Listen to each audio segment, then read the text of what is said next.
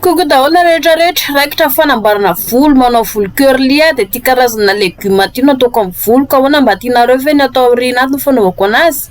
Ampiana gel le izy dia apetaka amin'io zavatra io dia aholakolana eo somary elaela aloha le izy vao vita ndao tsika hitodika amin'ny lesona vaovao. Ole retsy tianareo hoe zany tena hoe anana namana tena hoe tsara tena namana azo itokisana eto ambonin'ny tany. Voalohany indrindra dia ndana miala miasa aloha manao chômage avy eo indray tsy miasa fa manao marary tena marary malemy eo am-pandriana ary farany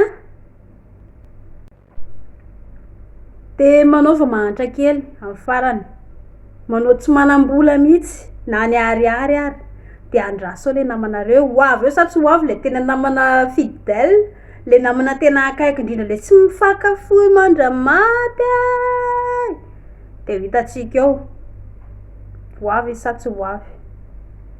Raha hoavy izy moa dia tsy manino zany fa tsara izy ary nge mba tonga hoe nanatrika sy ny fanampy saingy nahiko dia ny hoe tsy hoavy mihitsy izy fa izy le olona tena akaiky tsy manary tsy mandao io hoavy ao ambony io tsy manary tsy mandao fa eo foana izy.